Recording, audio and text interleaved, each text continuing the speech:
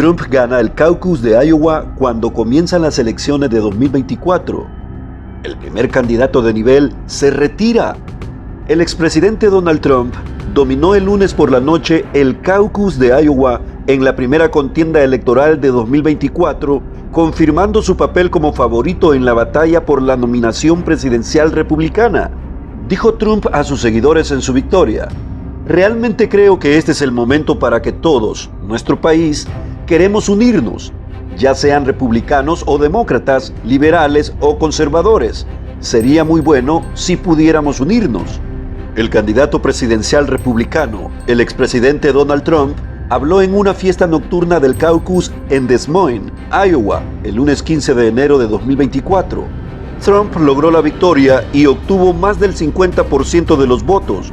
El gobernador de Florida, Ron DeSantis, y la ex embajadora de la ONU, Nikki Haley, estaban codo a codo, pero terminaron en un distante segundo y tercer lugar.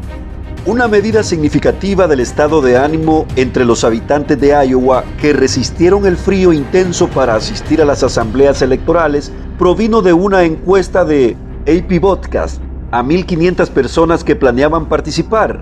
En esa encuesta, casi 9 de cada 10 dijeron que quieren agitación o cambios sustanciales en la forma en que opera el gobierno.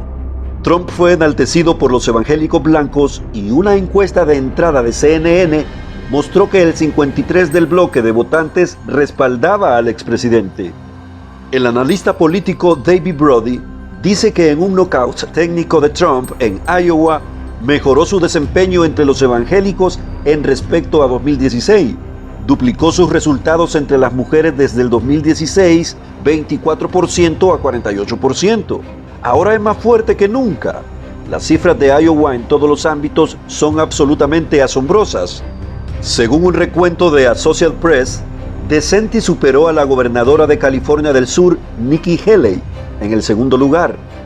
Haley terminó tercera y el empresario Vivek Ramaswamy ocupó el cuarto lugar.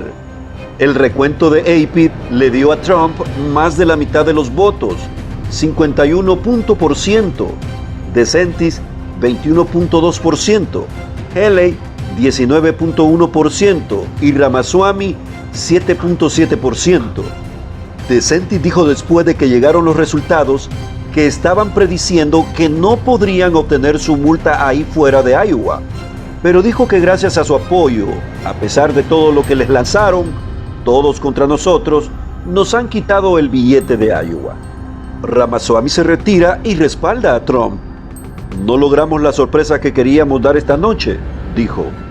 Haley, que había ido ascendiendo en las encuestas, esperaba terminar segunda en Iowa, ganando algo de impulso para las primarias del 23 de enero en New Hampshire, donde parecía preparada para competir vigorosamente porque los votantes independientes pueden participar del lado republicano, además de republicanos registrados. Haley dijo: "Puedo decir con seguridad esta noche que haré de estas primarias republicanas una carrera de 2 personas. Después de New Hampshire, las primarias republicanas se trasladarán a Nevada y Carolina del Sur durante las próximas semanas antes de trasladarse al resto del país esta primavera". Mientras tanto, Trump todavía enfrenta una variedad de batallas legales. Se esperaba que compareciera ante un tribunal de New York el martes por un caso de difamación en su contra. En conclusión, la pérdida de las elecciones pasadas del presidente Donald Trump fue un revés para el Partido Republicano y para los planes que dicho presidente tenía, y es que durante su periodo presidencial el mandatario ha tenido acciones correctas de fondo, pero tristemente cometió acciones incorrectas de forma, lo que lo llevó al fracaso. Al analizar la personalidad de Donald Trump, se debe hacer de forma imparcial el fondo y la forma de su mandato. Los logros de Trump como presidente durante los 4 años que ejerció: prometió y cumplió la construcción del muro para frenar la migración ilegal, y hasta cierto punto cumplió parte de su propósito, aunque en ello cometió algunos desvarios. Él prometió al pueblo americano devolver parte de las industrias que se habían ido de los Estados Unidos hacia otros países y fortalecer la identidad nacional, para lo cual revisó los tratados de alianza comerciales con México, Canadá y China, adoptando medidas arancelarias para equipar la balanza de pago, y lo cumplió. Prometió mejorar la economía y disminuir desempleo, y lo logró. Alcanzó grandes metas económicas, pero el aparecimiento del COVID-19 trunchó dicho proceso y fue ahí donde cometió serios errores. En la política internacional se enfrentó a la Comunidad Económica Europea para que invirtiera de sus propios recursos en su seguridad interna, cortando parte de la ayuda militar, y por otro lado se enfrentó a los intereses del comercio chino, al cual le puso límites y aranceles, equiparando el intercambio de comercio, lo que originó una guerra comercial. Negoció con el loco tirano de Corea del Norte para prevenir una guerra nuclear y solventó la crisis árabe-palestina e israelí, logrando que los países árabes, enemigos de Israel, se reconciliaran y establecieron relaciones, disminuyendo la tensión en el Medio Oriente. Frenó a Irán en su plan armamentista y no originó ninguna guerra. Rompió con el apoyo económico a la OMS y el Pacto del Cambio Climático, que era financiado en gran parte con fondos de los Estados Unidos. También trasladó la sede de su representación diplomática desde Tel Aviv a Jerusalén. Sin embargo, cometió varios errores de forma, ya que no supo expresarse hacia los latinos y adoptó una actitud aparentemente discriminatoria y racista hacia ellos. Pero frenó la inmigración ilegal y no deseó apoyar a los soñadores y tepeciano. No permitió fondos para los abortistas y se les hicieron en contra. No aprobó el matrimonio gay ni permitió que el Estado financiara las operaciones transgéneras. Apoyó abiertamente la tradición evangélica fundamentalista y, aunque él no vivía coherente con la moral de las iglesias, apoyó los valores y principios bíblicos, tratando de introducir la oración en las escuelas y defendiendo el estudio de la Biblia.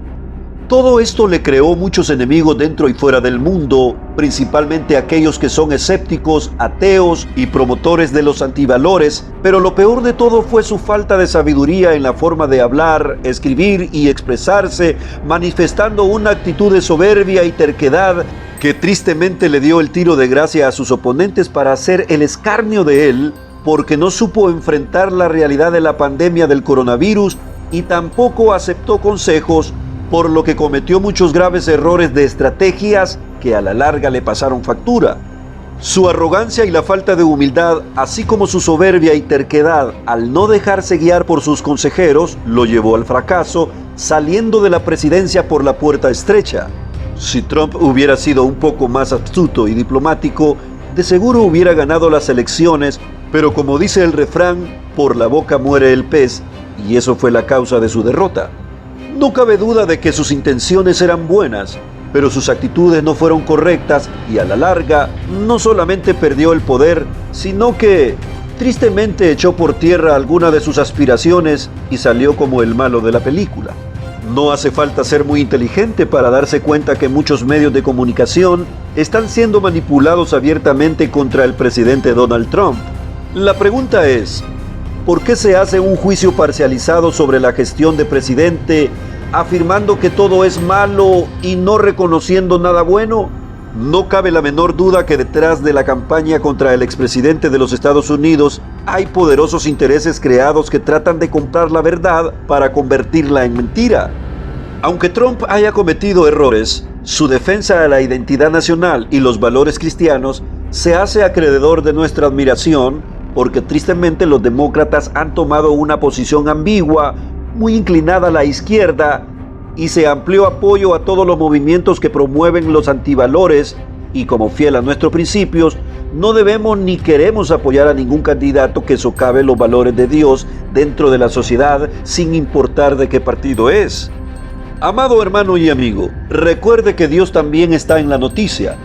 Por eso es importante mantenernos informados sobre el acontecer mundial. La palabra de Dios es quien nos instruye a velar y orar para estar prevenidos como aquellas vírgenes prudentes que tenían preparadas sus lámparas para la llegada del novio. Bendiciones.